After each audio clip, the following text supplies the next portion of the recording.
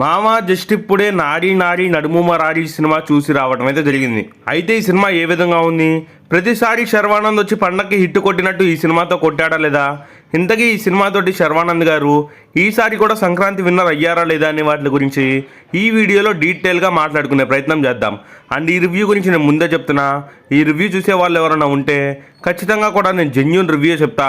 And ఎటువంటి సోది లేకుండా డైరెక్ట్ పాయింట్లోకే వెళ్ళిపోతా. నచ్చిన వాళ్ళు ఎవరైనా ఉంటే ఇక్కడే స్కిప్ చేయండి. అండ్ ఖచ్చితంగా వీడియోని లైక్ చేయండి. వీడియోని లైక్ చేస్తే ఇంకా ఇలాంటి రివ్యూలు ఇవ్వడానికి చాలా మోటివేషన్ వస్తుంది. లైక్ చేసిన తర్వాత పక్కన హైప్ అని ఒక బటన్ వస్తుంది. హైప్ ఇచ్చేయండి, ఇంకో 10 మంది ఈ సినిమా ఎలా ఉందో తెలుసుకుంటారు. ఇక మనం సోదా ఆపేసి రివ్యూ విషయానికి వస్తే, ఫస్ట్ థింగ్ మూవీ స్టార్ట్ అయినప్పటి నుంచే మంచి కాన్ఫ్లిక్ట్తో స్టార్ట్ అయింది. మూవీ ఒక ఎక్స్ లవర్ని చూపిస్తారు. సో సర్వా ఎక్స్ లవర్ని చూపించిన తర్వాత ప్రెజెంట్కి అయితే తీసుకొస్తారు. అలా వచ్చిన తర్వాత మళ్ళీ సంయుక్త ఎంట్రీ వస్తుంది. ఆ ఎంట్రీ వచ్చిన దగ్గర నుంచి సినిమా అయితే హిలేరియస్గా వెళ్ళిపోతూ ఉంటుంది.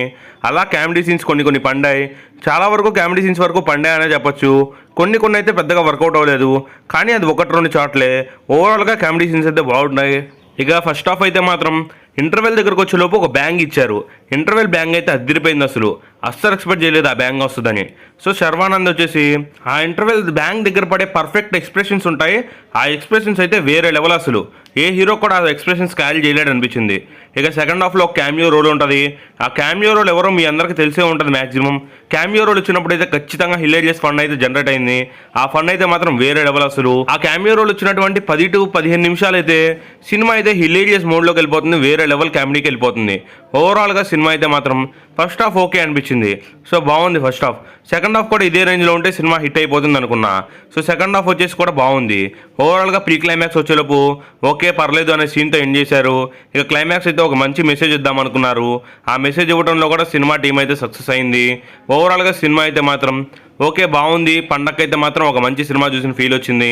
అండ్ శర్వానంద్ గారి కెరియర్లో ఇంకో హిట్ సినిమా పడింది అనిపించింది. అండ్ సంక్రాంతికి వచ్చి ఈసారి కూడా హిట్ కొట్టారని అనిపించింది. ఓవరాల్గా సినిమా వచ్చేసి పాజిటివ్స్ విషయానికి వస్తే శర్వానంద్ గారు యాజ్ యూజువల్గా యాక్టింగ్ నింపేశారు. ఇక హీరోయిన్ రోల్స్లో చేసిన ఇద్దరు హీరోయిన్స్ కూడా చాలా బాగా చేశారు. ఓవరాల్గా వాళ్ళిద్దరు యాక్టింగ్ బాగుంది. శర్వా గారు యాక్టింగ్ బాగుంది. సినిమాలో మ్యూజిక్ బాగుంది. మ్యూజిక్ చాలా బాగుంది. అండ్ అలాగే స్టోరీ రొటీన్ స్టోరీ అయినప్పటికీ, సినిమా స్టోరీ రొటీన్ అయినప్పటికీ కూడా సో ఈ సినిమాలో ఉండే కామెడీ సీన్స్ సినిమాని బాగా ఎంగేజ్ చేసినాయి. సో సినిమాలో కామెడీ సీన్స్ అయితే చాలా బాగా వర్కౌట్ అయినాయి. ఇక సినిమా క్లైమాక్స్లో వచ్చేటటువంటి ఒక ఎమోషనల్ పాయింట్. సో అప్పటికప్పుడు ట్రెండ్ అయిపోతుంది అనమాట ఎమోషన్ వైపు.